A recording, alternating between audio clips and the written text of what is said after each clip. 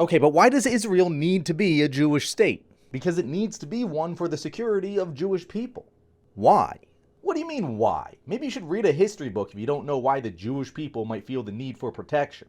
No, I mean, why does Israel being a Jewish state help them protect Jewish people? Because when the Holocaust happened, every other state turned their backs on the Jewish people. Israel exists so that Jews will always have a place to call home no matter what persecution they face around the world.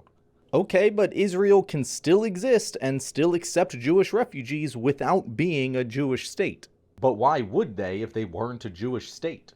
Because if they stopped being a Jewish state today and instead became a state of all Israeli people, they would still be the same people tomorrow. Why would those people suddenly stop caring about accepting Jewish refugees?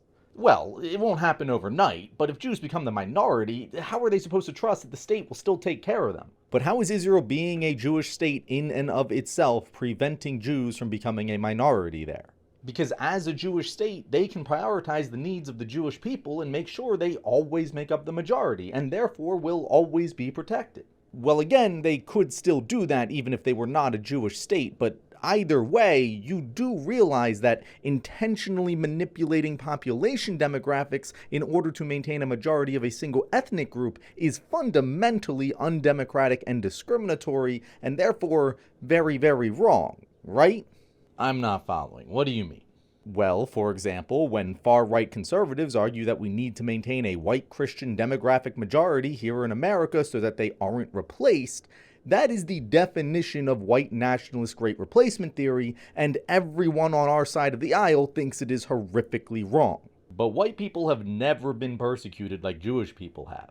Well, for one, two wrongs don't make a right. But also, the non-Jews in Israel have never persecuted the Jews there.